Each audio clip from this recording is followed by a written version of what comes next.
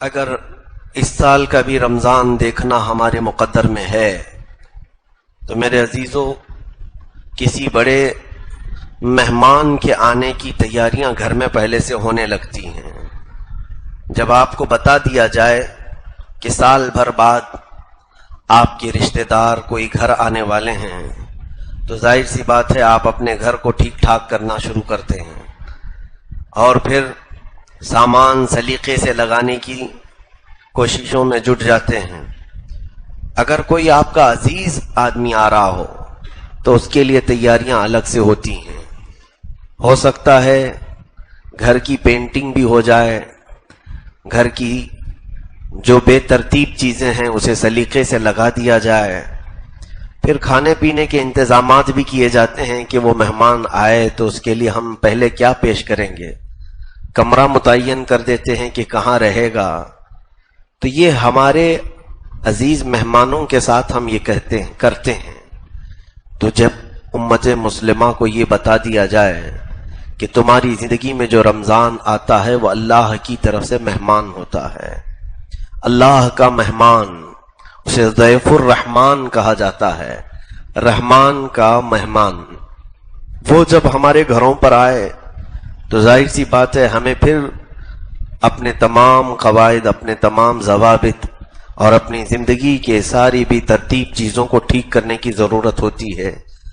رمضان جس کے گھر میں داخل ہوا اللہ کا مہمان بن کر کے آیا۔ قیامت کے دن ایک شخص سفید لباس میں آئے گا، بہت ہی نورانی صورت اس کی ہوگی، اور جب حساب کتاب چل رہا ہوگا تو وہ شخص سامنے آ کر کھڑا ہو جائے گا اور کہنے لگے گا کہ اے مولا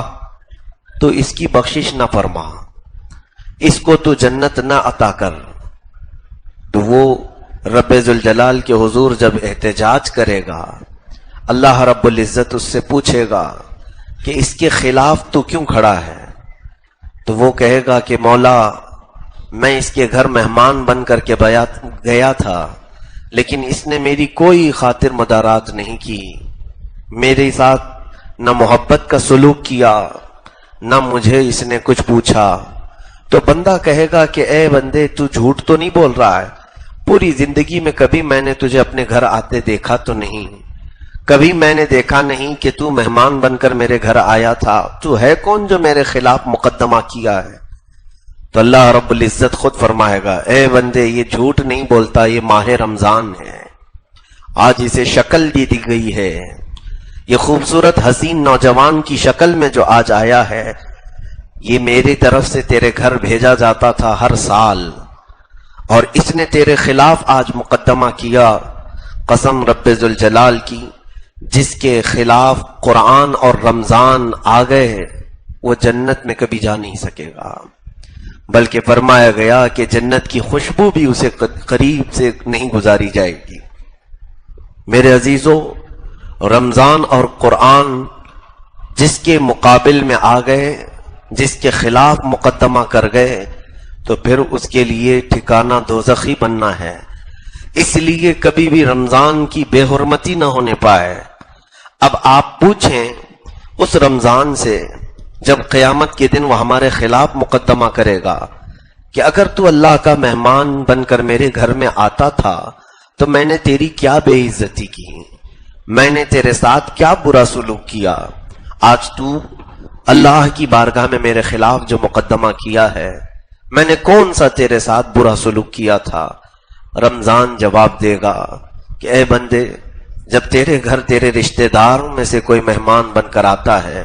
تو اس کے لیے کشادہ ہو جاتا ہے، پھیل جاتا ہے، گھر صاف کرنے لگتا ہے، بے ترتیب چیزوں کو ترتیب دیتا ہے، لیکن جب میں آیا تو تیرے گھر میں برائیاں ویسی کی ویسی تھیں، تیرے گھر کے اندر ناچ گانے تو ویسی ہی تھے، تیرے گھر کے اندر دن میں کھانا پینا ویسی ہی جاری تھا، تیرے گھر کے اندر رات میں گانے بجانے کے ساتھ قرآن کو بند کر کے لہو و لعب فضول واہیات میں بیٹھنا ویسی ہی تھا۔ کیا تیرے گھر تیرا رشتہ دار مہمان بن کر آتا ہے، کیا تو اپنے گھر کی زمین کبھی صاف نہیں کرتا، کچرا ویسی پڑا رہتا ہے؟ تو یہ رمضان کی حجت ہے جو ہمارے ساتھ ہوگی، رمضان کا مقدمہ ہوگا جو ہمارے ساتھ ہوگا۔ میرے عزیزوں، آج بہت سارے لوگوں کو جب یہ کہا جائے رمضان کی تیاری کرو تو سب کے دماغ میں سب سے پہلی چیز یہ گونج جاتی ہے کہ اب راشن بھرنا ہوگا، پورے مہینے کا سامان لے کر کے آئیں، افطاری کی چیزیں کیا کیا لگتی ہیں فروٹ لے کے آ جائیں، اور پھر گھر میں دسترخوان کی ضرورت ہے، پلیٹ چمچ کی ضرورت ہے۔ یہ تمام چیزوں کے انتظامات کا نام رمضان کی تیاری نہیں۔ رمضان کی تیاری اسے کیا ہے؟ اس طرح کی تیاریاں تو شادی کی بھی ہوتی ہیں، اس طرح کی تیاریاں آپ کے گھر کے فنکشن کی بھی ہوتی ہیں۔ رمضان کی تیاری میں لوگ کپڑوں کی خریداری کو سمجھتے ہیں کہ اب بازار میں جلد سے جلد ہم کپڑے خریدیں۔ یہ تمام ظاہری تیاریاں ہیں جو اسباب کے ساتھ متعلق ہیں، لیکن رمضان جس کی صفائی چاہتا ہے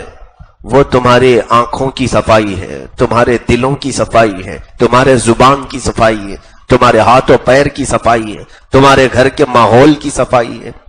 کیا مسلمان یہ نہیں کر سکتا کہ اللہ کا مہمان آ رہا ہے، میرے گھر آج سے ٹی وی بند ہو جائے، میرے گھر جو فضول واہیات ہوتے ہیں اس کو میں کسی طرح بند کر دوں، شرم تو کروں، اللہ کا مہمان میرے گھر آنے والا ہے۔ باقی ان لوگوں سے میرا کوئی کلام نہیں، میرا خطاب